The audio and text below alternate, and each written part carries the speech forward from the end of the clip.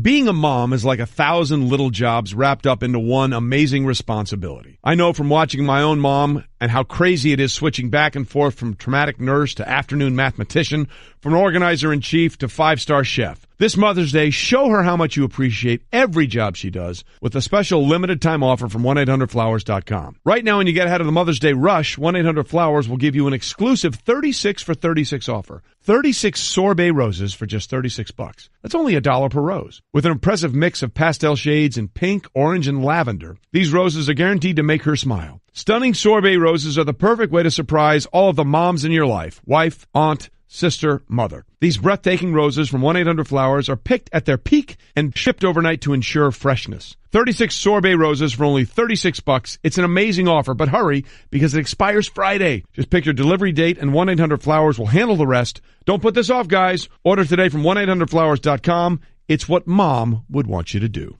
To order 36 sorbet roses for only $36, go to 1-800-Flowers.com, click on the radio icon, and enter code WINGO. That's 1-800-Flowers.com, code WINGO. Hurry, the offer ends Friday.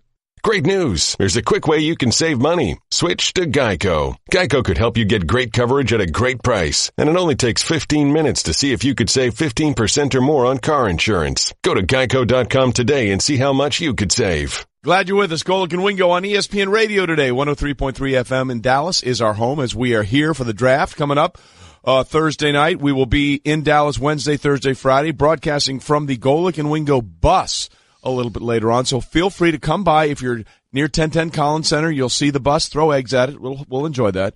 We'll own that. That'll be fine. Well, as I said, I saw a picture on Twitter, somebody down by the bus saying we're getting ready to come down, and all our faces were on there, and my response was, why? Man, no. My response was, thank God nobody drew on our faces yet. I figure at some point the defacing is coming. Yeah. Thankfully, the fine people at La Quinta, where the bus was yesterday, protected it at all and costs. we appreciate that very, very much, because you can only hold people back so long, though. Well, that was the thing. That was my fear in Minneapolis, because there was plentiful snow and ice. Yeah, there was. At least that won't leave a mark. They just hit us and bounce off. I don't want anybody drawn on our faces, because our faces are very prominent on that Can thing. I just say this is a bad thing in HD? It is. You get up close to that thing. You're like, you're seeing all the little problems. Yeah, agreed. And, as I know we what get you're talking about. I look great. Well, you do, but wait till you're our age. There, exactly Sparky. right. And then you'll be like, oh, pull back. That's no good. So glad you're with us. We are presented by Progressive Insurance. Our phone guest will join us on the Shell Pennzoil Performance Line. We got Tim Hasselbeck coming up in just a few minutes. And Roger Staubach, legendary Dallas Cowboy quarterback, Hall of Famer, Heisman Trophy winner, two-time Super Bowl champ, yada, yada, yada. You name all that stuff. He is all the good stuff, and a Cowboy legend. He will join us in just a bit. But let's get to This is important. Thank you, Cookmaster Cliff. All right, we start with the NBA. The Warriors beat the Spurs to advance to the Western Conference semis, where they'll meet the Pelicans. The Warriors swept New Orleans in the 2015 first round, but Anthony Davis is on fire right now. Yeah, he is. Really looking. We touched on this yesterday. Obviously, the second-round matchups and the potential there, Houston and Utah, and this one that is now set in stone. So looking forward to it. Again, the Steph Curry watch is on. When will he be ready? It doesn't seem like still anytime too soon just yet. You never know. And Golden State won 3 of the 4 meetings this year in the regular season. Boogie Cousins played in 3 of those games. So I still don't have any worries about Golden State. I'm really impressed with New Orleans, and Anthony Davis, he's fantastic. Drew Holiday has been fantastic for them as well. I have to believe had to surprise some people in sweeping Portland. I picked Portland. It's not like because I picked everybody them, that's the picked surprise. Portland. Yeah. Everybody picked Portland. I mean, and go right in there and sweep them, take 2 right from Portland right off the bat in their home. I was pretty impressive out of that. I think it's a bit surprising. We made the mistake everyone else did, where we didn't see Portland a ton during the regular season, and so I tried to trust and rely on our NBA experts and the people around the sport who were saying, we're sleeping on this Portland team, second highest scoring backcourt during the regular season, I think behind Steph and Clay and Golden State, yada, yada, yada. And then we forgot the emergence of Drew Holiday this postseason as a force in that backcourt is what makes this interesting, especially if Steph can't go. We know Klay Thompson, a great defender in that backcourt in his own right, but not having that point counterpoint with the dynamic scorer and the party starter that Steph Curry is when it comes to that offense. That might be the best term I've ever heard. Party starter? Steph Curry. He's the party starter. John Danowski, the head lacrosse coach at Duke University, coined that term, the party starter, the guy that initiates offense for the team. Wow. So, but did he apply it to Steph Curry? He didn't know. I get to take credit for that one. I just try to throw lax. Can we steal it and apply it to our show and say we're the party starters? We have to, because we do that? If you're starting the party before 6 a.m. Eastern, you have a party problem. Yeah. You have a first and last problem if you're starting the party before 6 Eastern. No, if you go it that way, you're finished. You're the party closer. Yeah. We're the party starter. There you go. By the way, our good friend Stink used to have a thing, he would be the, not the party starter, but the party of the offense. He called it the actuator of the offense. That was his thing, the actuator. Okay, that's a big word. Of the offense. Okay, we continue with what's trending. ESPN saying the Spurs are going to have an all-hands-on-deck summer meeting with star forward Kawhi Leonard. It tops the offseason priority list. That sounds about right. Well, it does. I mean, we'll go through the story. Manu Ginobili, 40 years old. He's walking away from the game. But really, the future is Kawhi Leonard, the youth, and what a great player he is. The max deal for $219 million, is it going to get offered to him? Last summer they went through the LaMarcus Aldridge situation where Pop sat down with him, had some dinners with him, and tried to square everything away. LaMarcus thought maybe he should go to another team. LaMarcus played great this year. Now, can they get Kawhi to come back? Because these definitely seem like two camps separated. This is like if the Patriots story and the Andrew Luck story had an NBA baby. It's got all of the drama of those situations matched with the injury involvement in this that we know seems to be at the heart of it. There seems to now be a growing lack of trust between both sides that they're going to try and see if they can do what Pop and LaMarcus Aldridge did, which is come together and find common ground. Well, can't we all meet on common ground? And we continue. 76ers beat the Heat Tuesday to win their first playoff series since 2012. Philly will face the Bucks-Celtics winner in the next round, and according to the BPI, they would be hoping for the Bucks because to them, the BPI says the Sixers have a 49% chance against 80% chance to beat the Bucks, but just a 49% chance against the Celtics. Just doing a fantastic job in the second half. Fourth quarter, they were really dominating. Yesterday it was the third quarter, but the second half overall, plus 78 against the Heat in this one. We had Sal Pal on, who's been at these games following the 76ers, talked a lot about how Brett Brown, their coach, runs them and keeps them in shape, and the youth on this team to help them be in shape to make those runs in the second half. And as far as, the free Meek Mill, you just have to switch your word around. It's not free Meek Mill, it's Meek Mill freed. Oh, yeah. There you go. Look at you. See what I did there? The hashtag actually did make that transition last night. It's now just hashtag Meek Free. We've altered the movement. We're ready to go on this, and we've got now a social media icon and a rapper that the city has wrapped its arms around, and we've got a team that has learned to navigate those situations. I think the hardest part with young teams is understanding, regardless of the sport, situations and how they come up in your sport. And so for them to be able to navigate those second half, coming out of the locker room, end of game situations well is a huge feather in their cap early in the process. Well, again, Meek Mill is free. The free Meek Mill campaign is gone, but now that he's out, free Meek won't be happening anywhere. He needs to make up for lost time, which means if you want to see Meek or buy Meek, you're going to pay for it. That's the one we know. The free part with Meek is now over, as it should be. Congratulations. All right, we are here, Golic and Wingo on ESPN Radio. We are presented by Progressive Insurance. Our phone guests will join us via the Shell Pennzoil Performance Line, and this hour of Golic and Wingo is brought to you by La Quinta Inns and Suites. Win at business by booking at LQ.com. We are here, which means there's one lonely man. Yes, there is. Back in our studio, and that's our friend, ESPN analyst Tim Hasselbeck. Tim is on the phone with us. Tim, how are you, my friend? Doing great. How are you guys doing? Doing well. You a little lonely up there? A little lonely. I feel like I'm getting made fun of a little less now that I'm not in the studio with you, Trey. So other than that, things are good. Well, you can tell that really hurts them. I was about to say, well, the whole point of me pointing out that you're sitting there alone was us trying to make fun of you a little bit. Yeah, that feels better. Completely. That feels better than you calling me like fake Ryan Russillo or like I've never playing called a game you like fake. or like hey, which Hasselbeck is this? Like that's fair. That's fair. Junior and Mike don't have to do that. They walk in, well, which one am I talking to here? Who is this? Well, just so you know, I had Matt Ryan on NFL Live once a few years ago, and we were talking about all the great BC quarterbacks, and of course, both Hasselbeck brothers were mentioned. And I asked him, okay, you're walking and down the BC campus, and in front of you, 30 yards ahead, you see the Hasselbeck brothers walking in front of you. Could you figure out which one was which? And he goes, I would have no clue. I would have absolutely no clue. So it's not just me; it's your own BC brethren that have gone down this road. That sounds like legend status to me. Well, you're a legend in my mind. I want you to know that. So with all that being said, Tim, this is going to be an unprecedented run on quarterbacks in the draft. For those that haven't heard it before, 5, it looks like for sure, and potentially 6. Mm-hmm. Only once before have we had 6 in 1983, and only one other time have we had as many as 5, and that was in 1999. So we're this close to the draft and finding out who's going where. All the Hasselbeck money, which is a lot. All of the Hasselbeck fame at Boston College, which is a lot. All your chips to the table. The one quarterback, because remember, it's about a 50% hit-miss ratio. Mm-hmm. The one quarterback you would be all in on is? Josh Rosen. Bang! When you watch him play, it's clear that he sees things, he sees the issues that they may have with the protection, that's called. When they try to disguise coverage, he recognizes it, he sees it.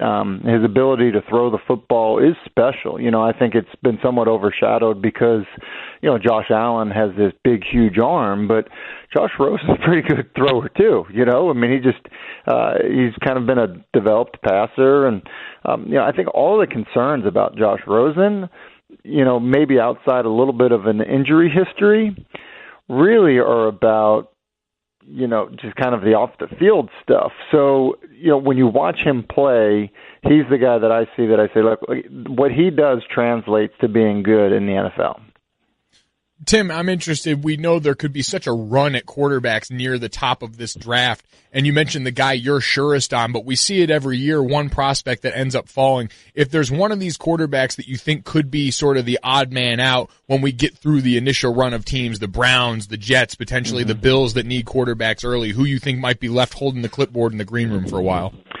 Well, I do think that Lamar Jackson might be influenced a little bit, where he goes by, where, if we just say the top 4, the guys that everyone's been talking about, where he goes might be influenced a little bit by where those guys go. So, if there's a run, in the top 5 on quarterbacks or top 6, whatever it may be, then that obviously would help Lamar Jackson. But I think to kind of probably more accurately answer your question, Mike, I would say that Baker Mayfield would be the guy to me where, obviously he could end up going really high, but he could be the guy that, his teams kind of, look at what their options are. They end up taking some other positions, and before you know it, Mayfield, finds himself sliding because I don't believe that he's a guy that everybody loves. Now, I think there are some people that absolutely love him, think he's as good as anybody, but I think there are others that, have legitimate concerns, be it the size, be it the, some of the things he benefited from, in terms of, how his offense was run in college. And then, and just some of the off the field stuff from just a leadership perspective of the kind of guy that he is. Well, Tim, as we're talking to Tim Hasselbeck real quickly, does that mean if all the quarterbacks we're talking about, that's the one you would have the most concerns about? Yes. Mm-hmm. Mm-hmm. Because of those things. I think that I think they're just from the film perspective. I've heard so many people compare him to Russell Wilson because of his size. And I know I've had this conversation with you guys before. That. It completely changes. Not only speed changed it, but like if you ever shook Russell Wilson's hand, he's got hands like a 7-footer. And so I think that when you just look at guys that are the size of Baker Mayfield with his, speed and athleticism don't typically go in the top 10 picks. It's not usually how it works out.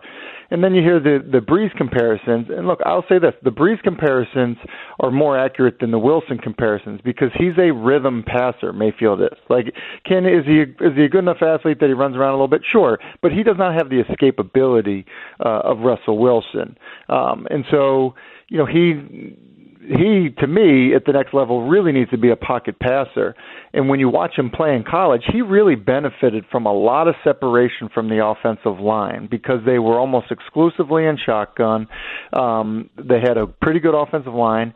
And really, they had an amazing system. The play caller at Oklahoma does a tremendous job. I guess it's Lincoln Riley, but right. he does an amazing job of scheming guys open where you can play on rhythm. And so I think he really benefited from that. And so you go to a different system, different place where, you're not surrounded by the same kind of supporting cast.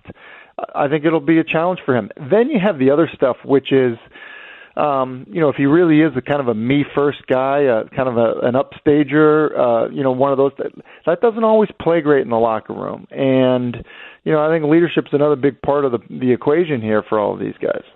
Talking to Tim Hasselbeck, again, a proud Boston College graduate. They have the third-ranked, in many cases, outside linebacker looking in this draft as Boston College, and Harold Landry. We'll see where he goes in this draft.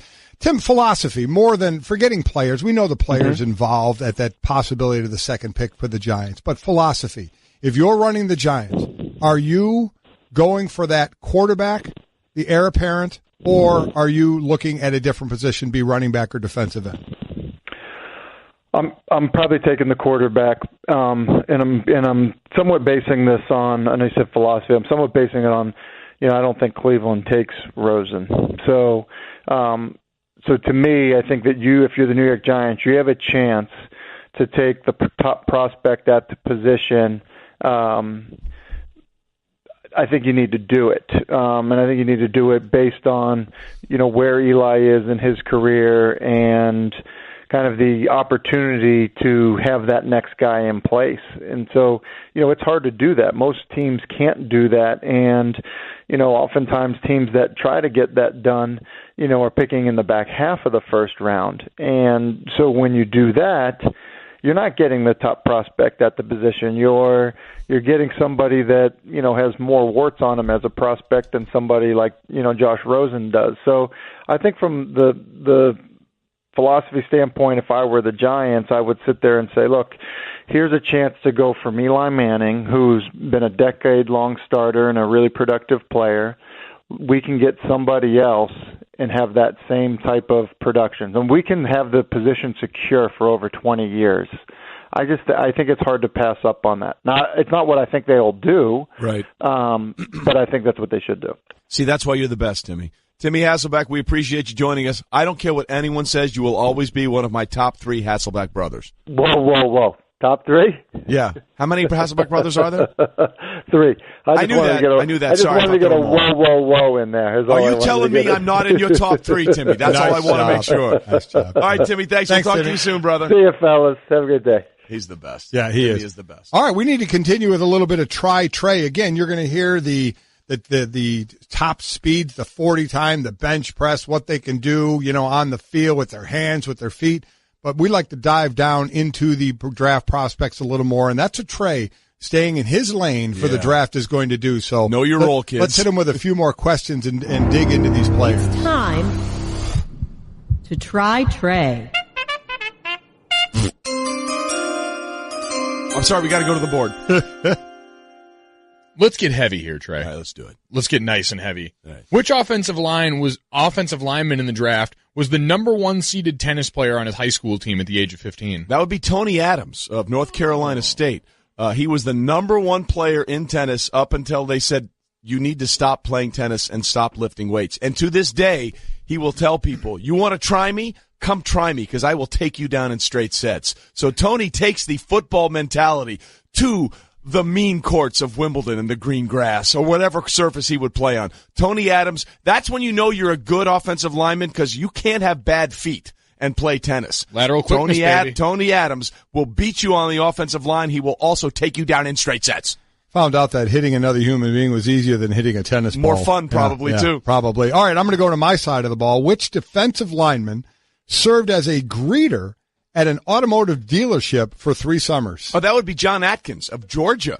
I think it's Tyler Allen Automotive. I want to make sure I got that right. I may have gotten that wrong. But his dad was a mechanic there, so he got a job every summer as a greeter saying, hey, can I help you? Can I get you some coffee? And they'd see this 6'4", 310-pound guy coming in. He said, they thought I was going to take him and toss him out of the club. Instead, he was the guy to make sure, hey, we're okay. Can I get you something? Your call will be ready in a minute. Welcome to the lounge. I'm here to help you. That's awesome. The friendly face of a D lineman is exactly the one you want greeting you before you're getting ready to make that kind of purchase. Let's go with another stern greeting here. Which defensive lineman's father was a Navy SEAL? Oh, that would be Taven Byron, the Wyoming Wildman out of Florida. And he has a great line. Someone was asking about what it was like to be a Navy SEAL, and he said, well, if you don't mind being cold, miserable, and hungry all the time, the Navy SEALs are for you. So Taven Bryan is absolutely the Wyoming Wildman out of Florida. Mm-hmm. His father was a Navy SEAL and took Taven through a bunch of training that the SEALs go through to get him rough and rumbled and ready. And let's just say football was not as difficult if you're going through some of that Navy SEAL training. Taven's quick off the ball, too. He has some bursts. There are some questions. Yeah, there are some questions. I mean, he's one of those guys, Mike, you look at and you read what the coaches say about him, and it's like they're trying to say something nice, but maybe they're telling you something else. But boy, you see that explosion on tape. He's got it, man. Kind of get He's got everything you want. All right, one more here before we have Roger Staubach coming in studio here. Which first-round tight end turned to football after a failed baseball career? That would be the Garnet Thor, Hayden Hurst of South Carolina, the Flowing Manes, the Big Red Machine, as he's called, to Gamecock Nation. He got a $400,000 signing bonus to pitch. And by the way, he's not going to show up for the draft, even though he may be a first-round pick, because he thought he was going to go in the first 2 rounds of the baseball draft. He had to wait until the 17th round. Oh, wow. And he's like, I'm not going through that again. Smart move. Not going through that again on TV. And he suddenly developed Steve Blass disease. He could not find the strike zone. He pitched 1/3 of an inning, I think, in Double-A or Single-A ball, and his ERA was 27.00. And he's like, I think I need to try something else. Good move out of him. We know that is Rick Ankiel disease. Yes. Well, again, we always go back to the originator. Mm-hmm. It always starts with who it happened to first, Junior. Take off your millennial blinders. There's lots of things that happened in the world before you were birthed. No, nothing happened before Instagram stories. At Golic Wingo, check us out. Hey, well done. Speaking of that, there are some great birth stories, by the way, in this year's draft that are unbelievable. Oh, my God. We don't want to get into couple. Okay. No, you're going to want to hear a couple of these. Trust me. Here's a little insider travel secret. There are tons of empty hotel rooms out there just waiting to be booked. That's why there's Hotel Tonight. Hotel Tonight partners with awesome hotels to help them fill their unsold rooms, which means you get incredible deals. And even though the name's Hotel Tonight, you can actually book up to a week in advance and up to 100 days in advance in top destinations. So download the Hotel Tonight app to start scoring better deals at better hotels now. Hey everyone, Mike Golic here. Support for the Golic Wingo podcast comes from our friends at Rocket Mortgage by Quicken Loans. Chances are you're confident when it comes to your work, your hobbies, your life. Rocket Mortgage gives you that same level of confidence when it comes to buying a home or refinancing your existing home loan. Rocket Mortgage is simple, allowing you to fully understand all the details and be confident you're getting the right mortgage for you. To get started, go to rocketmortgage.com/Mikes. Equal housing lender, licensed in all 50 states, NMLS, consumeraccess.org number 3030. We are absolutely thrilled and delighted to have another 10th rounder in the studio today. A little better than it turned out for Mike Golic for your career, although your career was fine. It was wonderful. Pro Football Hall of Famer Roger Staubach joins us in studio, giving us the Straight Talk, brought to you by Straight Talk Wireless. Best phones, best networks, no contracts. He joins us on behalf of USAA, the official military appreciation sponsor of the NFL. I've had the pleasure of working with Roger several times at Super Bowls over the year with USAA, but for many people that don't know, I grew up a huge Cowboy fan, and Roger was my hero growing up, so it's always delighted, sir, to be in your presence again. Thanks for being here. What does it mean to have the draft coming to Dallas now?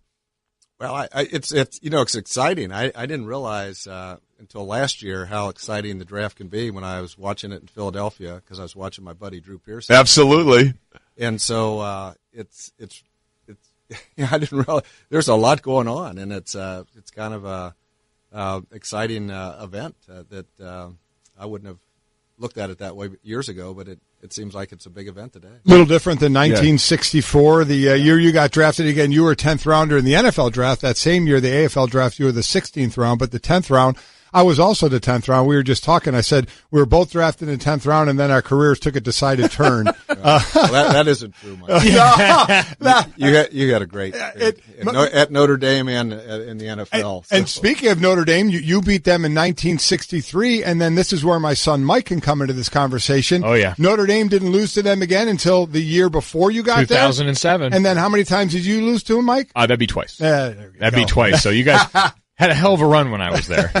Notre Dame was part of Navy history. We play, we still play every year, and even the conference we're in now, we still have to have Army, Air Force, and Notre Dame. So it's been a great run. We had that 43 years in a row though that was kind of hard to take, but we've won a few in the last few years. Yeah, no, with Coach Niumatalolo now and the job that he's done with that program, always a great rivalry, a lot of respect on both sides. But I am interested, you and my dad, both 10th rounders, the draft, like you said, obviously a lot different. What was the draft like for you back then? What are your memories of waiting around to try and find out where you were going to go? I wasn't even thinking about waiting around. I was a junior at Navy, a second classman, and because I spent a year in the in junior college, so I was eligible for the draft after my junior year.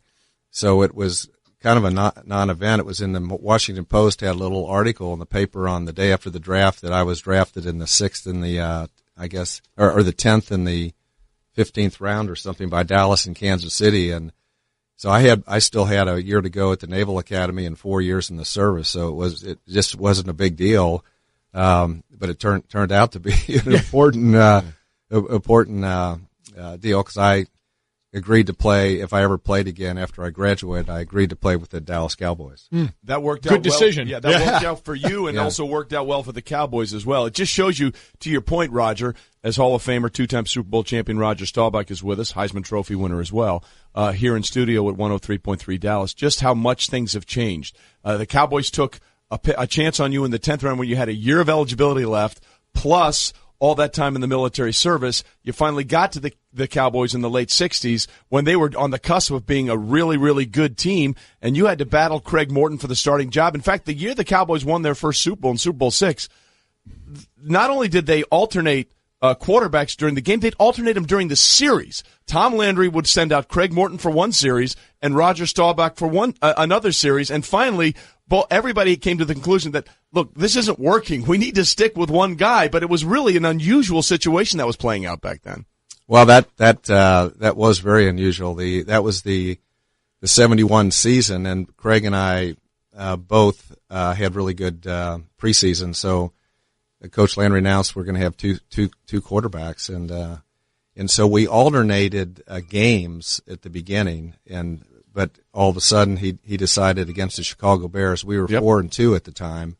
We're playing the Bears, and he said we're going to alternate quarterbacks. And the Coach Landry was a fantastic coach. He's a great human being. He was an engineer, goals outstanding, reasonable, believable, achievable, and so it was, hey, you just, here's the game plan and here's how you react. Well, a quarterback is in a position of a leadership and has got to make things happen, and so that was I think something that the team was really got divided. I mean, half the team wanted Craig and half the team wanted me, but we did play that one game against the Chicago Bears. We alternated plays, and we lost a close game though. We lost a close game, and we were 4-3 and middle of the season. Can you imagine that today? I mean, trotting a different series. I mean, it's crazy. Well, actually, when Randall Cunningham got to Philadelphia, sometimes he would go in just on third down, right? During a series, and Buddy Ryan would say, "Listen, if your first read or two isn't there, run," because he was such a great athlete. So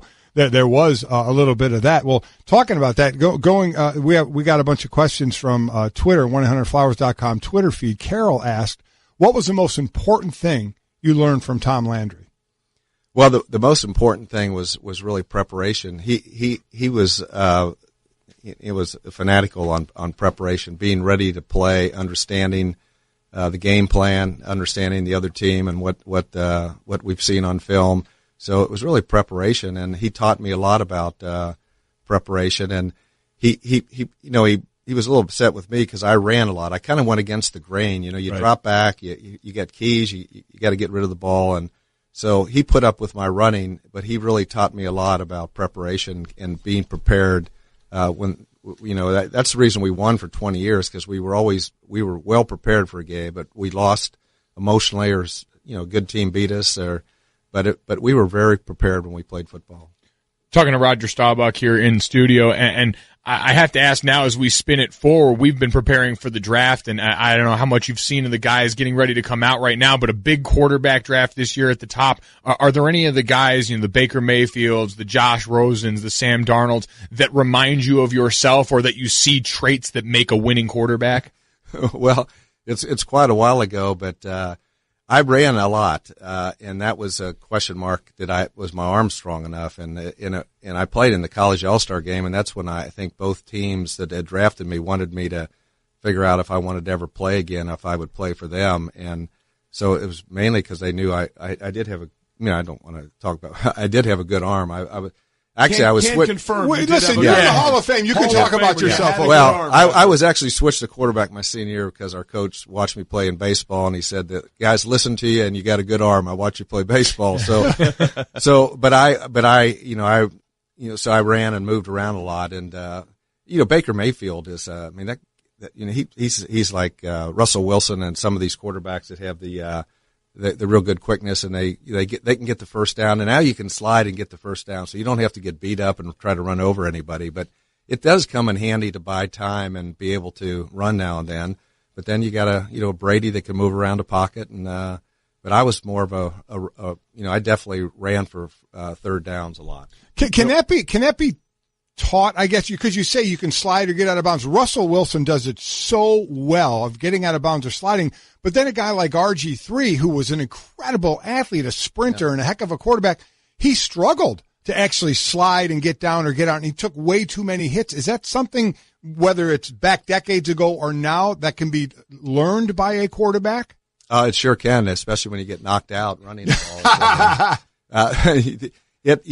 Again, as a quarterback, I wasn't trying to run over anybody, but I just knew a defense, no matter what they said, we hope he runs and we'll get him, and they hated that, because especially when you ran out of the pocket and you got the first down.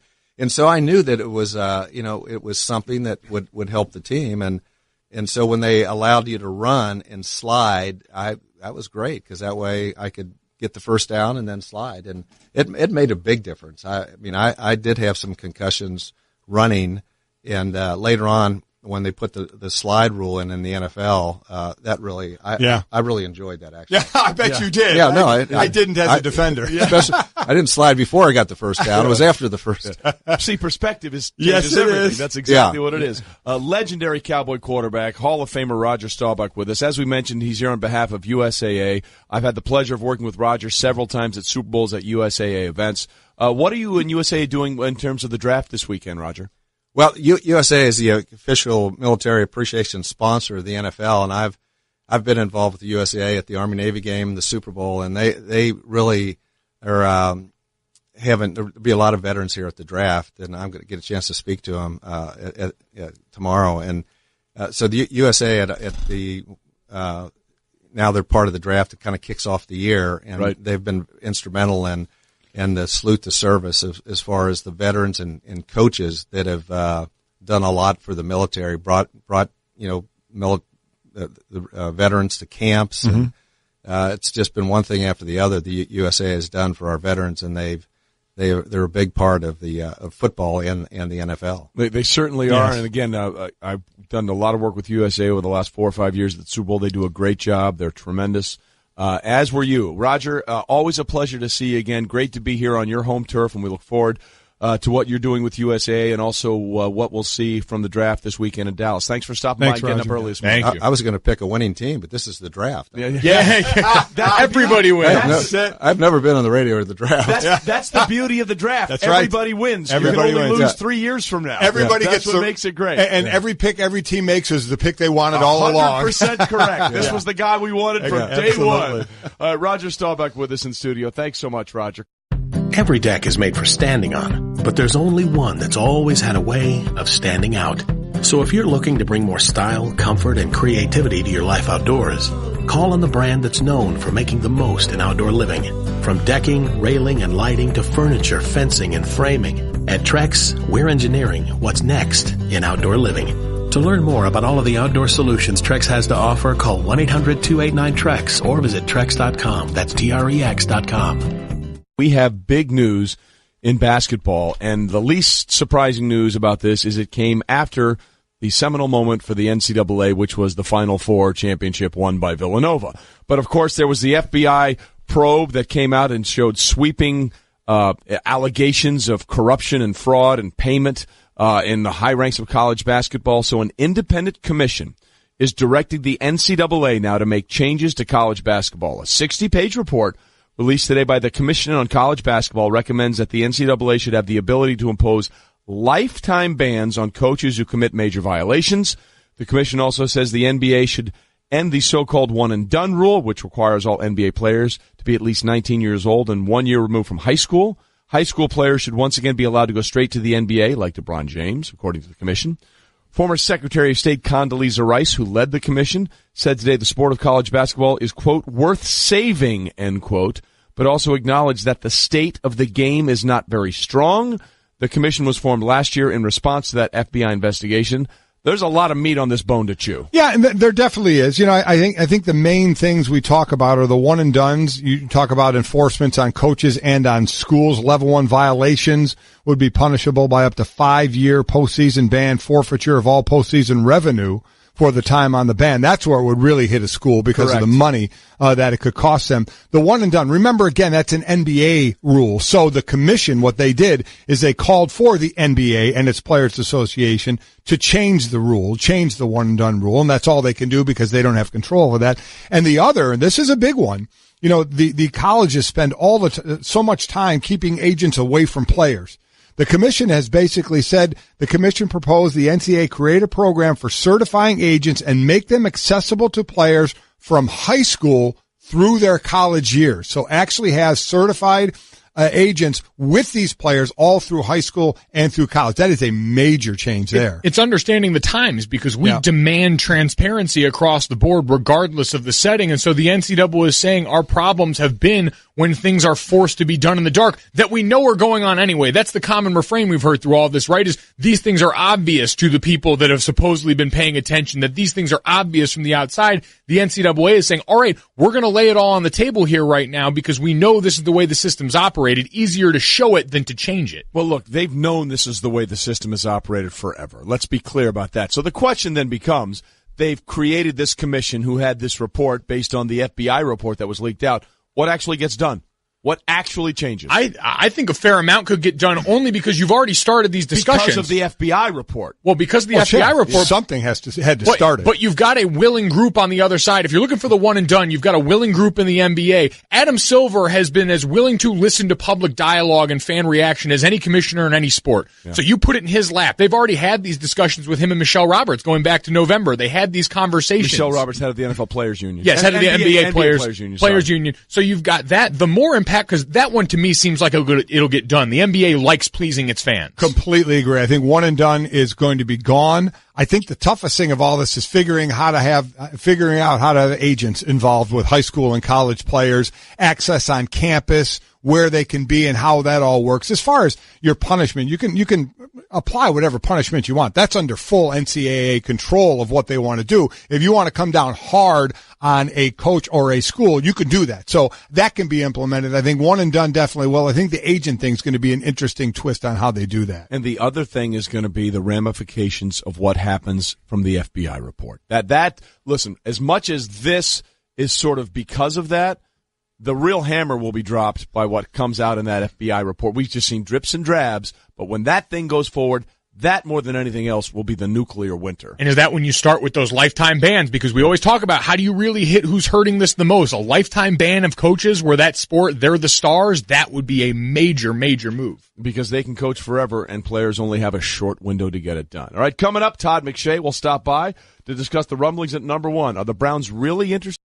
Being a mom is like 1,000 little jobs wrapped up into one amazing responsibility. I know from watching my own mom and how crazy it is switching back and forth from traumatic nurse to afternoon mathematician, from organizer-in-chief to five-star chef. This Mother's Day, show her how much you appreciate every job she does with a special limited-time offer from 1-800-Flowers.com. Right now, when you get ahead of the Mother's Day rush, 1-800-Flowers will give you an exclusive 36 for 36 offer. 36 sorbet roses for just $36. That's only $1 per rose. With an impressive mix of pastel shades in pink, orange, and lavender, these roses are guaranteed to make her smile. Stunning sorbet roses are the perfect way to surprise all of the moms in your life. Wife, aunt, sister, mother. These breathtaking roses from 1-800-Flowers are picked at their peak and shipped overnight to ensure freshness. 36 sorbet roses for only $36. It's an amazing offer, but hurry because it expires Friday. Just pick your delivery date and 1-800-Flowers will handle the rest. Don't put this off, guys. Order today from 1-800-Flowers.com. It's what Mom would want you to do.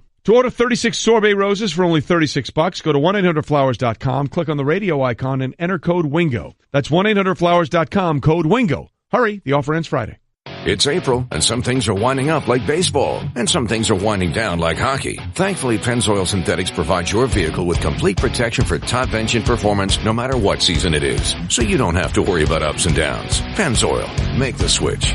Golic and Wingo here on ESPN Radio and the ESPN app. We're presented by Progressive Insurance, and all guests join us on the Shell Pennzoil Performance Line. We're live from ESPN Radio 103.3 FM in Dallas as we get ready to take you guys up to the NFL Draft. And that song was All Right by Darius Rucker, which is also featured, I should say, on our Amazon Music playlist. The simplest way to listen to the music you love. New customers, start your 30-day free trial at AmazonMusic.com. Renews automatically, cancel anytime. My millennial brethren are all too familiar with that model. So make sure you go there and check that out. But we'll get back to breaking news here in just a little bit out of the NCAA. The Commission on College Basketball, the independent NCAA Commission, released its 60-page report today that recommends the NCAA, among other things, should impose lifetime bans on coaches who commit major violations, talk of eliminating the one-and-done rule in the NBA, and a few other major items that we will get back to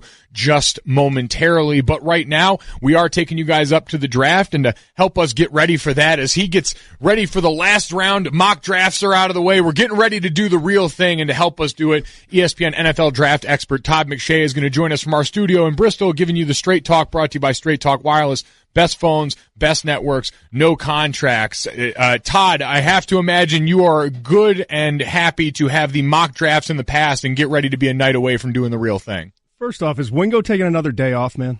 No. Yeah. He was actually here for 2 hours. He'll be here for 2 hours tomorrow and then 1 hour Friday. I mean, man, soft. It's so soft. Unbelievable. It's ridiculous, isn't it? Yeah. All just right, when you got to dig in a little more, he becomes the soft one. Yeah, we're learning some things here. Mock draft, I can't wait, man. I cannot wait to be done with it tonight. This is the only one where I actually will start. I start talking to people in the league. I mean, when I'm talking to guys in the league before this, it's all about just players and what you saw, and am I seeing something different? And the narrative changes basically this past weekend all throughout. I was on the phone until it was around 11 o'clock last night with the GM and kind of like gossiping, just what do you think they're going to do? Well, if he goes there, what's going to happen? Are you hearing anything there? And just kind of trading information with one another and going back and forth. So I think ultimately I'm probably better off just pairing players I think that belong and going that way. But I wind up spinning it around 40 times in my head and screwing it up by tomorrow morning. That's what you do. Yes, it's because you'd love to do it. So you just mentioned it right there. The narrative changes since the weekend. What have been the biggest narrative changes you've seen from when you started this process, a while ago to now? Well, I think in the last week or so, teams, the GM I talked to yesterday, they were just basically finished up their board. And it was mostly going back through the medicals and the character and making sure they had all the information and that they hadn't missed anything, and then kind of moving guys around accordingly and making sure everything was set. And so just a couple of things, I think we're going to have runs on certain positions. And when do they start? That's going to be the question. I think with pass catchers, we could go 16, 20 picks without a wide receiver or tight end taken. But then if Ridley goes or if DJ Moore goes, is there another team between 20 and 32 that's saying, if we don't get this guy, we think there's a big drop off in receiver. or if we want to get one of these tight ends, whether it's Dallas Goedert or Hayden Hurst. I think the offensive linemen are going to be interesting. Mike McGlinchey, you guys well know from Notre Dame, is going to probably come off the board a little bit earlier, and I will be surprised if the first two offensive linemen aren't the Notre Dame guys. I think Quentin Nelson is in the top 10, and I think somewhere in that 10 to 18, 10 to 20 range is going to be McGlinchey. But then after that, everyone's kind of waiting and hoping the other linemen fall. And I know this, well, for you guys, you'll enjoy it, offensive line talk. But James Daniels, I got a good audience. James Love Daniels him. From Iowa. Ragnoff from Arkansas, the center, is getting a lot more buzz as we get closer to the draft. Colton Miller from UCLA, a measurables guy who's needs work, but it's still, I think he goes late in the first round. Billy Price from Ohio State is kind of right on the fringe. Connor Williams from Texas has been falling a little bit. His interviews, I guess, have not gone all that well. There's some other issues. Isaiah Wynn, some durability issues. He's starting to fall a little bit. Austin Corbett from Nevada is starting to move up. So there's all these guys in this, I want to say 25 to 50 range, and I think teams are going to kind of move around accordingly, whether it's move back and try to get an additional pick if a team's trying to move up, or if the run starts, don't be surprised to see, especially early Friday night, some teams moving up, because when these about 8 or 9 linemen go, there's nothing, and I mean nothing, for a couple of rounds. Wow, talking to Todd McShay, ESPN NFL draft expert. We are over here quivering right now with delight after that run of offensive line talk. But we understand. As I try and compose myself, I understand we lost some listeners, but that's all right. Come on, this is the meat of the draft. Exactly. For all of the true draft degenerates, you just got your hit, but now we'll pay the bills. Adam Schefter reporting that the Browns are interested in Baker Mayfield at number 1. How strongly do you think that's actually a possibility at this point? I think there's an individual or multiple individuals in the building that are pushing or in his camp, in Mayfield's camp. And you know how it goes. I mean, you've got all sorts of voices and people who have experience and are in position to have a voice in that building. There's only one voice that ultimately matters in the end, and that's John Dorsey, the GM. But he didn't hire Scott McLuhan as a special personnel advisor. He doesn't have, they've got college director and personnel directors and college scouts, and then you've got a new quarterback coach in Ken Zampese, a new coordinator in Todd Haley, you've got a head coach, Hugh Jackson. They all have opinions. And so I'm kind of putting pieces of the puzzle together that I believe that what happened is, one of those voices has said, well, Baker Mayfield, to somebody, that Baker Mayfield has been in the discussion. Now, I have to assume by this point John Dorsey knows who he's taking. Mm-hmm. But I'm also told that there's a really good chance he doesn't tell anyone in the organization till tomorrow afternoon, tomorrow evening. So it could be, it could be 5 o'clock tomorrow before Adam Schefter reports that he's hearing strongly that it's Josh Allen or it's Sam Darnold, or maybe it is Baker Mayfield. But I still think it comes down to Allen and Sam Darnold at the end of the day. And Allen seems to be more of what John Dorsey has gone for in the past. Sam Darnold, to me, is the best quarterback in the class, so that's where I'm stuck. And we had Bruce Arians on yesterday, former coach of the Cardinals, and he had said at that point, yes, all 32 teams, and his belief was they all know who their pick is going to be, that first pick, as long as that person is available. We're talking to Todd McShay, our NFL draft expert. For those that may not know, former Richmond Spider quarterback. You can also check out the First Draft podcast with Mel Kiper and McShay, new episodes weekly on the ESPN app and Apple Podcast. Todd, every year it happens. Wow. Every year. Wow. Every year. Todd, don't just let that, we can't let that slide. First and foremost, every year something like that happens from true. me. And this also happens. You get the, oh no, that guy that's at the draft, expected to go higher than he actually goes, and he starts falling and falling and falling. Who are the possibilities? I know you mentioned some of the old linemen already. A couple of possibilities who that might happen to. Darius Geis could be in for a long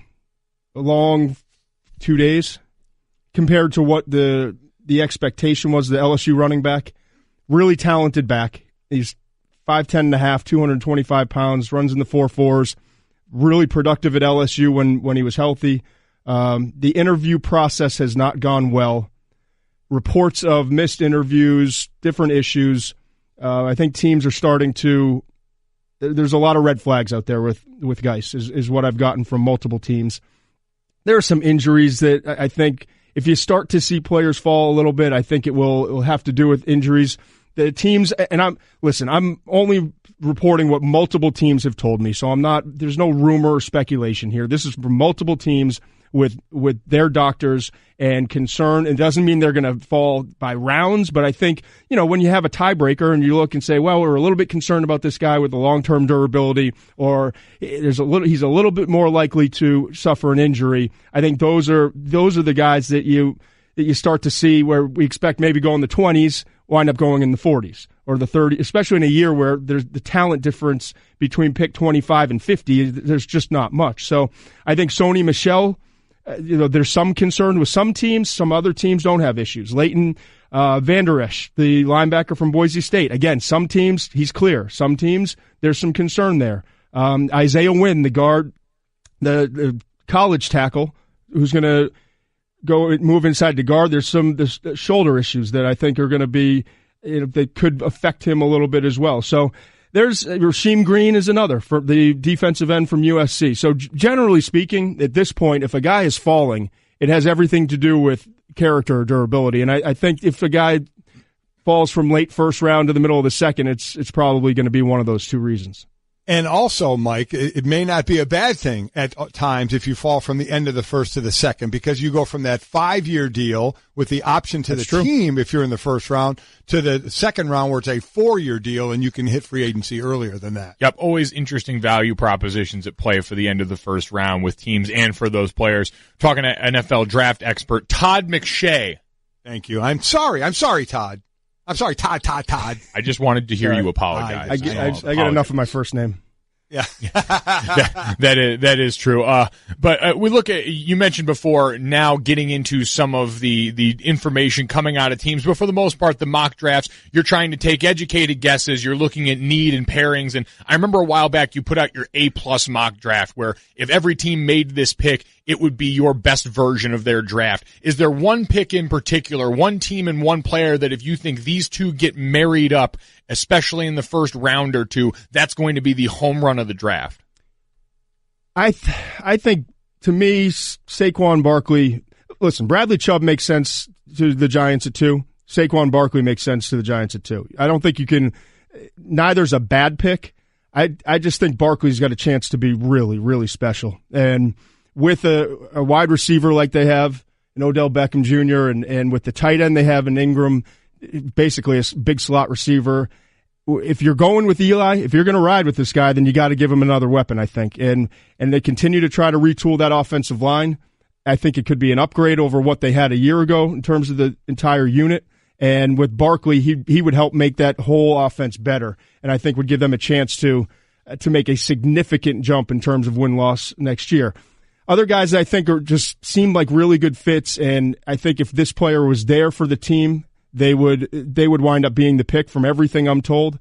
Roquan Smith is a really good fit, I think, at number 6 to Indianapolis. Now, you can make an argument for Quentin Nelson there, the guard, protecting the investment with Andrew Luck, but they need a face of that defense. They need an alpha dog, a guy who's going to be the playmaker for the Indianapolis Colts and upgrade the speed of that unit. And I think Roquan Smith is one of the special players we've seen at the linebacker position in the last few years in the NFL draft. Denzel Ward would make sense to Denver if they stay there. If Chubb's not available, they don't take a quarterback and they don't move out, I think Denzel Ward would fit there. Derwin James makes a lot of sense at Tampa Bay at that number 7 pick. Number 8, I think Quentin Nelson, if he's there with Heastan, who you know very well, the offensive line coach of Notre Dame, now is the offensive line coach of the Chicago Bears. Quentin Nelson, if he's sitting there at 8, they need offensive line help. You got a young quarterback. Let's protect him. Nelson makes sense at that spot. And I think Tremaine Edmonds, Vita Vea make a lot of sense at number 10 when you get down to the Oakland Raiders. And just before them at number 9, I think Minkah Fitzpatrick would make a lot of sense as well for the San Francisco 49ers. I'll give you one more later in the first. I think Taven Bryan is a good fit for what Atlanta is looking to do at the defensive tackle position, a guy who explodes up the field, who's disruptive. He's still developing as a football player, but they lost on Terry Poe. I think if he's around when you get to Atlanta later in the first, he would be a good pick. I agree with that one. I don't think he got a resounding backing from his coaches in some of the comments, but his get off on the ball, you're right, fits right into what Dan Quinn wants to do with that defense. And that's why he could fall to where is Atlanta? 27, maybe 26, that range? Atlanta's 26, yes. 26, all right. So along those lines, you gave us a lot of names of people we know.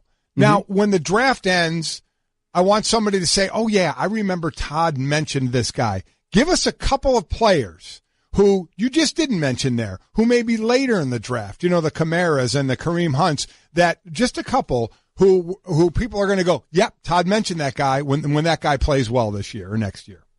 Uchenna Nwosu from USC in the second round. I think he's going to be a value pick. He's not a height, weight, speed guy. Measurables are average. He's a 3-4 outside backer, runs well, explosive hands. I think he's just a playmaker. He's got instincts. He plays his tail off every game, and those are the guys that typically wind up outplaying their draft slot. I'll give you a name that many people probably don't know. Nathan Shepard from Fort Hays State. Could be a second-round pick, maybe early third, a little bit older prospect, dominating the small school level competition. He's got a lot of tools, and I think he's going to wind up coming off the board. Everyone's going to say, who's Nate Shepard? Nathan Shepard, Fort Hays State. He's 6'3.5", 315 pounds. He moves well, and he's to me, he's the type of guy that you can develop. The downside is he's going to be 26, I think, as a rookie, so you don't have a long time to develop him. But if he gets some good coaching early on, he could be a difference maker. Awesome stuff as always, Todd. You can check him out again check out the First Draft podcast with him and Mel Kiper. New episodes on ESPN app and Apple Podcast. Todd, appreciate it as always. Looking forward to that first 2019 mock next week. Way to rub it in. Way to rub it in. Already needle. Kiper's already on me about it. See you guys. Todd, appreciate I'm it. Sure. He does. They make him do a next year's mock draft the day after this draft is over. That's torturous. As I say, it's cruel and unusual. It really is. We are sick monsters. Him and Mel just chained in a room looking at the prospects for next season. It's Golic and Wingo here on ESPN Radio and the ESPN app, live from 103.3 FM in Dallas. We're presented by State Farm. Go with the one that's here to help life go right. Talk to an agent today at 800-STATE-FARM. We mentioned it before. In addition to all of the great NFL draft lead up right now, we've got major news from the world of college basketball. An independent commission is directing the NCAA to make sweeping changes to college basketball. A 60-page report released today by the Commission on College Basketball recommends that the NCAA should have the ability to impose lifetime bans on coaches who commit major violation. It also says the NBA should end the so-called one-and-done rule, which requires all NBA players to be at least 19 years old and 1 year removed from high school. High school players should once again be allowed to go straight to the NBA. Former Secretary of State Condoleezza Rice led this commission and said today that the sport of college basketball is worth saving, but also acknowledged that the state of the game is not very strong. This all data in response to the FBI investigation into widespread corruption that was formed last year. So I ask you, of the things that we've heard about with this, whether it's the lifetime ban, whether it's the one-and-done rule being terminated, or anything else that you've seen so far, what do you think has the most realistic chance of being enacted, and what do you think would have the best impact? Well, I think the one-and-done rule is going to be gone. And again, we can't stress enough, that doesn't come from college. This committee recommended to the NBA and the NBA Players Association to change the rule. They don't have the power, this commission. So, and I do believe Adam Silver wants to go that way. It's just a matter of what they can figure out, because what does the union want to say about this as opposed to what the league wants to do. But I think the one and done will be gone. Michelle Roberts, head of the NBA PA, who was also in on those conversations with Adam Silver and this commission back in November when it was formed. Now, the things they can control, one of the things is we're talking about agents. I mean, agents are like taboo. It's like agents is like a swear word in college. They are talking about creating a program where certified agents are accessible to players from high school through college. That one, to me, Mike, That's going to take some doing. That's going to take some serious parameters on what they can do, when they can do it, who they can talk to. Can they have agents? Can these agents give these guys money? Because that's what happens a lot of time when guys get agents, is the agent front them some money until the draft, and then they can pay it back or whatever the working is between them. So if you get an agent, can that agent give that guy money? I think there's a lot of parameters that this one would have to go through. But you said it earlier, I do think it is kind of a sign of the times, but I think this could be a hard one to figure out some hard, fast rules. Well, I just think it requires some honesty. You said it before. People treat agents in that world like a taboo. They treat it almost like you would treat millennials, when people treat millennial like a taboo word, or the way that traditional football people talk about analytics. They whisper about it. We're not really sure what it entails, and so we want to keep it off to the side. If you just bring it out in front, I think there's value in honesty and understanding. And so the more you show people, this is the process these kids are going through, this is what we want to be upfront about. I think that's what the NCAA is realizing, that we could overhaul the entire system and make these crazy sweeping changes,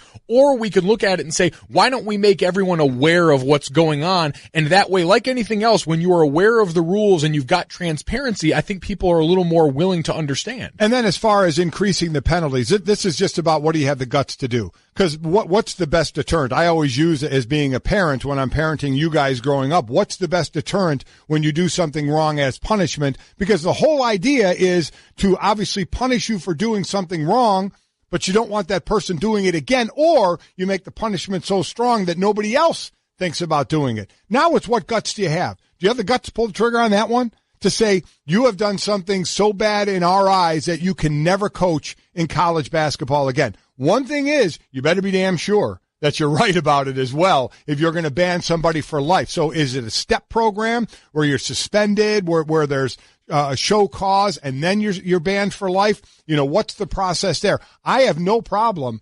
with strict discipline, but you better be sure. And how far will they be willing? It's one thing to say it, but it's another thing to call up that coach or get him in front of you and say, you know what you did is so egregious, you will never coach again. If you want to go that route, I'm fine with it. That's fine by me, because that is one heck of a deterrent. And with that, though, we're talking about usually a limited set of circumstances. There's limited instances where that's happening. Right. The one and done rules and a lot of that stuff with agents can affect a lot of kids. I know you had a number. We've got an ungodly amount of underclassmen that have declared for the NBA draft this season. Yeah, correct? We do. A record 236 players applied for the NBA early entry. There was a record-setting that number. 181 come from college ranks. The deadline for the underclassmen and international players was Sunday night. A year ago, there were 182 total players. Now we have 236. So a lot more players, a lot more college players. Last year, 137 were from American colleges. This year, 181 from the college ranks. In a draft with 2 rounds and 60 picks. Yeah. Wild world. So a lot to tinker with as far as those rules, a lot to look at. Hey everyone, Mike Golic here. Support for the Golic Wingo podcast comes from our friends at Rocket Mortgage by Quicken Loans. Chances are you're confident when it comes to your work, your hobbies, your life. Rocket Mortgage gives you that same level of confidence when it comes to buying a home or refinancing your existing home loan. Rocket Mortgage is simple, allowing you to fully understand all the details and be confident you're getting the right mortgage for you. To get started, go to rocketmortgage.com/Mikes. Equal housing lender, licensed in all 50 states, NMLS, consumeraccess.org number 3030. Every deck is made for standing on, but there's only one that's always had a way of standing out. So if you're looking to bring more style, comfort, and creativity to your life outdoors, call on the brand that's known for making the most in outdoor living. From decking, railing, and lighting to furniture, fencing, and framing, at Trex, we're engineering what's next in outdoor living. To learn more about all of the outdoor solutions Trex has to offer, call 1-800-289-TREX or visit Trex.com. That's TREX.com. Golic and Wingo here on ESPN Radio and the ESPN app. We're live from 103.3 FM in Dallas, presented by Progressive Insurance. All phone guests joining us in the Shell Pennzoil Performance Line, and you can catch us tomorrow live from 1010 Collins Event Center. both Thursday and Friday here for the draft. The Golic and Wingo bus making an appearance out in these streets. Come on out there and get a picture. We'll put it up on our new Instagram. Oh, man. Dad is really jacked up for this Instagram. I'm very excited about that. I can't understand why, because you don't even know how to use your Instagram very well. I know I don't do it well, and I'm going to make up for it by hopefully doing more with this Instagram. And by that, you mean making me and Allie and Stanzik and Bubble Boy all do without more with question. Instagram. You guys are the pros at it. By the way, that intro there had that drum solo going. I just did air drums. Yeah. Boy, that tired my arms out. I mean, those drummers, they get after it. I would worry about the I would worry more about the shoulders with you in drumming. 9 shoulder surgeries in at this point? 7 on the right, 3 on the left. Okay, so 10. Don't let me short you. Don't let me short you a shoulder injury by any means. Most of them were just oil changes. They weren't. There we go. Well, you can come and maybe not get an oil change, but at least come and see a nice bus tomorrow with us at the Collins Event Center here in Dallas. We get you guys ready for the draft. We'll be at Pinstack in Plano tonight. Oh, yeah. Hanging out. Looking forward to that. Throwing some stones. I will, I'll bowl better than you. Doubtful. You don't think so? No, you just make sure the ball slams really hard in the lane so it seems like you're doing something. I throw it really hard, and plus, the more I drink, the better I bowl. Yeah, I guess that's going to be the other thing. We have to get assurances that there's going to be booze at this event. Oh, there's going to be. They've already provided donuts for you this morning, so I feel like right now Dallas is batting 1,000 with you. Yep. I think we're going to be okay out there. Yeah. All right, we're going to be okay. The state of Pennsylvania is going to be okay, and more specifically, the city of Philadelphia keeps it rolling last night. Not only do you get a Sixers win, but you get the newly freed Philadelphia rapper Meek Mills on hand, rings the bell before the game. Cliff, our board op, is ecstatic right now. This has been he and I's mission since day one of this show, and now it's become a reality, and so has the Sixers' playoff success at this point. Watching them win a first-round series after years of ineptitude, after so much tanking and all of the things that went into that, is a great moment for a city that you know all too well. Oh, it's fantastic. I mean, coming off the Super Bowl for that city, it was like, okay, can the other sports, feed off of that? What can they do? We see the Flyers eliminated from the playoffs by Pittsburgh. Obviously what the 76ers are doing, baseball not going very well there right now, but you look for success with the 76ers, but it's not just in Philly. Everybody else is looking at it as well, at the process. And when we had Brett Brown on before the playoffs started, we talked about all the losing years he had as the coach there and understanding what was going on and what they were dealing with to get to this moment. And a lot of things have to go right, like actually picking the right people when you stink bad enough to get the chance to. And they're doing it, and they've been doing it well. They have been doing it, and so now the expectation changes. And J.J. Redick, who dropped 27 for those guys last night, had the game high, said the Sixers aren't just satisfied with getting out of the first round now. I remember talking to a couple of people in our front office about maybe getting a first-round victory. And obviously none of us now, we don't feel any sense of complacency. We're not satisfied. This group is still hungry. What's more? We want more. So that's just the nature of our group, and I think a lot of it has to do with, just a lot of us have never done this before. They've never done this before. This organization hasn't been here, and this is the design. This was always the end game in mind for this team, and I find it interesting now because we did hear so much about the process, and I feel like there were a lot of misconceptions nationally. Once something like that, and we'll give our own Pablo Torre credit as he likes to take for inventing Trust the Process. The process, this idea that tanking, amassing all these picks, getting these number ones and having a young team was the entirety of it. But the one thing we learned about processes in general is they require some tweaking. And all of a sudden, when you brought Brian Colangelo in and we had that strange ousting of Sam Hinkie during this process, and now we're seeing the success because of some added pieces like J.J. Redick, because of some of the veteran presence on this locker room, it reminds me a lot of what I think we're getting ready to see with the Cleveland Browns. And you look at them, they've been amassing picks for years. You finally have Sashi Brown shown the door this offseason because the people got tired. You forget the human element of this, that you've got a fan base and an organization that's crying out for success after so long. Now John Dorsey and company come in, and what's been the refrain from everyone is we need to see all of this draft capital, all of these moves and trades translate into real-life players and picks that actually make an impact. Yeah, it is a progression there. We've seen, with them bringing in Deepa from the Mets and trying to do the Moneyball type thing with the Browns as well and kind of change their process, so to speak. And now it's like back to John Dorsey's an old school guy, the former Scott, the guy, and what he's gone through and how he goes about picking players and digesting what the players can do, he could be the beneficiary of all the bad. The tough part with Cleveland, Mike, to me is in Philly, you go back like 5 years, like when this started. For Cleveland, it's decades.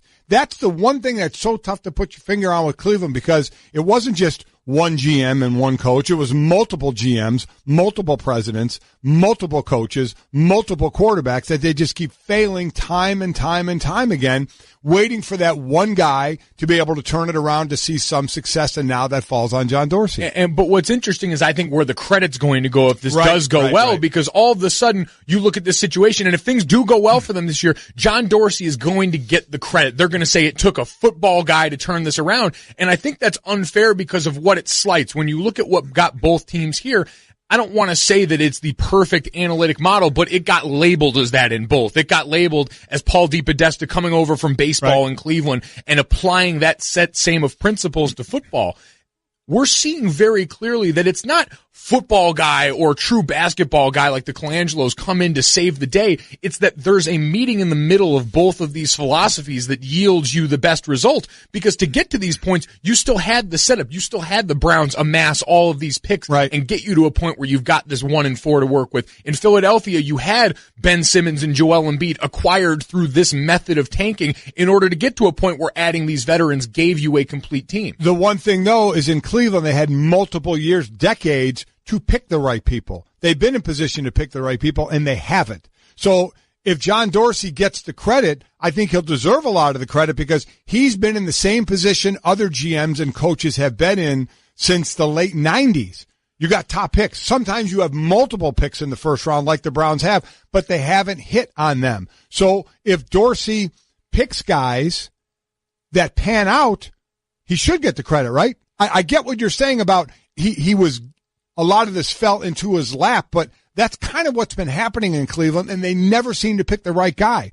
Well, if he does pick the right guy, if he does hit on his picks, I think you do have to kind of raise his hand and say, wow, you did it when the other ones couldn't do it. He does. I just want to prevent this from becoming a slander of the analytics model in pro football, because I don't think what the Browns did was representative. It's this idea that both sides have to work in concert, and I think what you've had in both these situations is that happened by force. All of a sudden, you've got all these picks that are handed to these guys, and it's saying, all right, now we've given you this, go and work with it, which is really what the conversation should be all along. It's, we've got a strategy, but how does that work with what you want the identity of this team to be? I agree with that. Listen, the whole analytics talk, and this is perfect with you and I. You're way more in the analytics field of coming up in the age you are than when I played and was going through this. That we did have analytics. It was called the game plan, and percentages of what a team does on 2nd and 7+ or 3rd and 4 or less. I mean, we had all that, diagrammed out. Those were analytics that we studied, but I know it's more today. So there is the difference of you and I in that, but I would be a fool to say, oh, I'm not going to do it. I mean, listen, let's be honest. Hearing John Gruden say, I want to go back and do it like it's 1990-something, didn't come across as really, really well said. Would you agree? I mean, it just did. You need to use the tools of today. So I shouldn't just sit here and say, oh, John Dorsey, old school guy, is going to do it the old-fashioned way and they're going to win. No, if John isn't using some of the analytics and using some of the processes we have today, then I believe that would be short-sighted on his part. So I do agree there is a marriage between those two. It just depends on how much. It's kind of like when RG3 came into the league. It's like, how much do you marry read options and actual running of the quarterback into the game plans and that whole deal? It's a balance you have to find. Balance is the key word for all of the NFL as they try and figure out how to navigate a different day and age in this league. We'll continue to count it down to the NFL draft and talk plenty more balance here in Dallas. Plus, we've got major news in the world of basketball.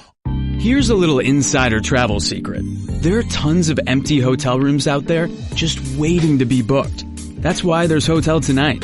Hotel Tonight partners with awesome hotels to help them fill their unsold rooms, which means you get incredible deals.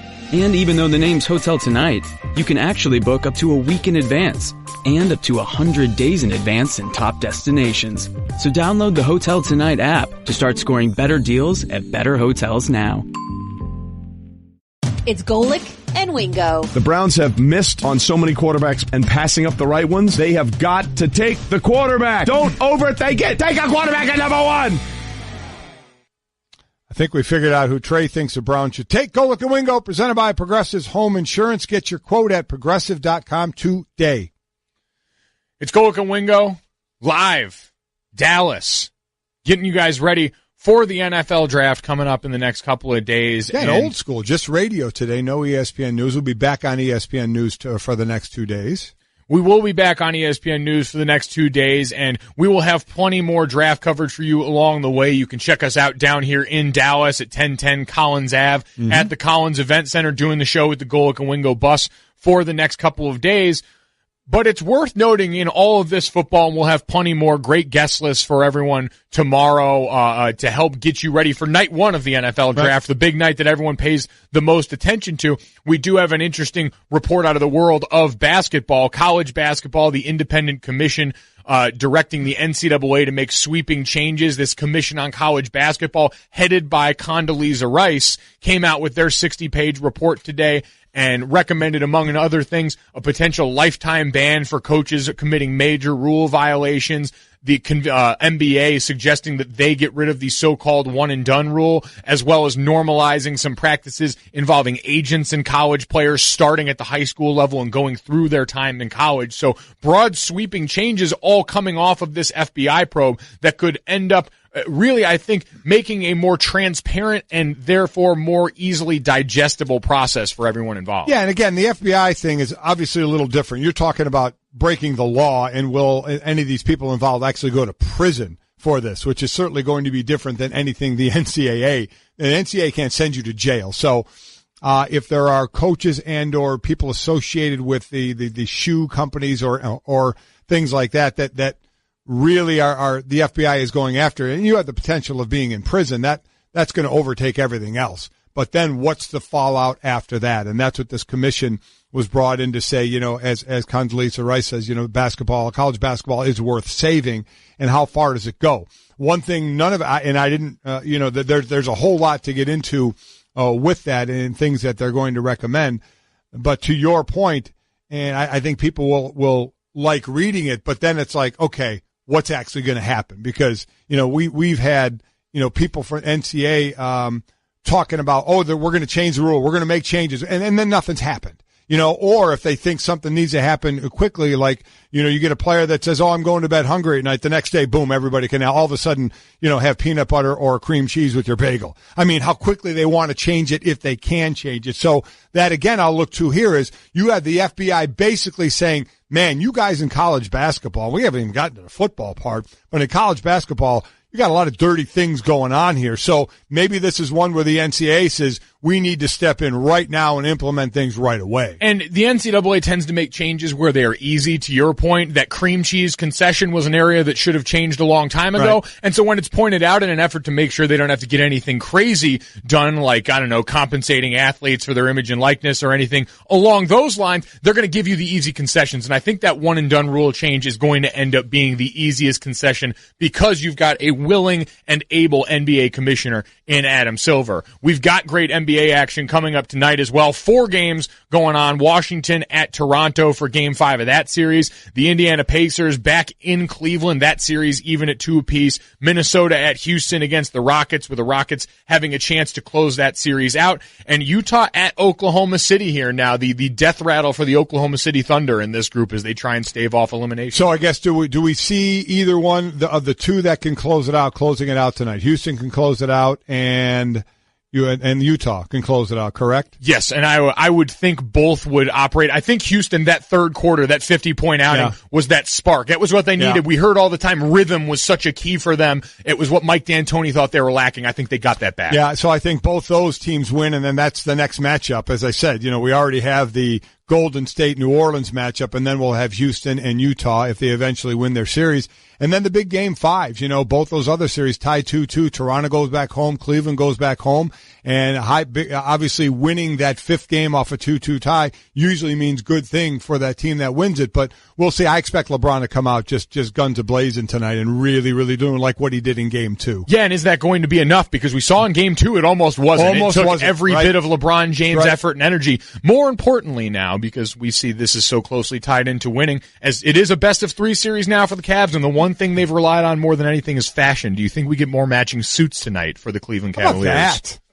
Yeah, Do you think they go with a pastel maybe now? They've been very dark colors. It's all business. Do they come back home and let the flag fly something a little like that bit? gotta take. Out? I mean, you got to get the sizes for everybody, right? All these suits are obviously tailored. Listen, when you are rich and you've got custom clothiers on the payroll, you can get this stuff turned around pretty quickly. Yeah, I would imagine so, but I don't expect any new suits out there. All right, you're going to go no matching suits. No. Do we get a Cleveland win? We get a Cleveland win at home. I think they get a Cleveland. I think they do squeak this series out. But it has been way more competitive than I thought, and that should be a shame on us for not giving the Pacers maybe a little more than we should. We'll see if Victor Oladipo and matching suits have any more to say on those matters coming up tonight. Again, 4 NBA games in action. We'll be back with you guys tomorrow, back on TV and back live from the Collins Center. Matt Hasselbeck, Adam Schefter, Justin Tuck, and Josh Allen all going to join us tomorrow with those last 2 on set as well. Be sure to check back in here. It's Golic and Wingo on ESPN Radio and the ESPN app. Instagram. Ryan! I don't know how else to say this, so I'll just say it. What is it, Linda? I think we should see other people. Are you breaking up with me? On a roller coaster? Well, we do have a lot of fun. Maybe we should stay together. An emotional roller coaster? Surprising. What's not surprising? How much you could save by switching to Geico. I just need a little me time. Geico. 15 minutes could save you 15% or